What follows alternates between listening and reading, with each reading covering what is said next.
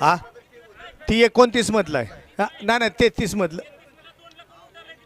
हा बघा सुटला गड क्रमांक या मैदानातला 41 सुटला आणि 41चा रणसंग्राम चालू झाला. कोण होतोय सेमीसाठी पात्र? 8 गाड्या पळतायत. अतिशय सुंदर आणि छोट्या ड्रायव्हर माळेगावकरांचं निर्वाद वर्चस्व. हा बापराव गड क्रमांक 41चा निकाल आहे. तास क्रमांक 3 मधून धावली गाडी.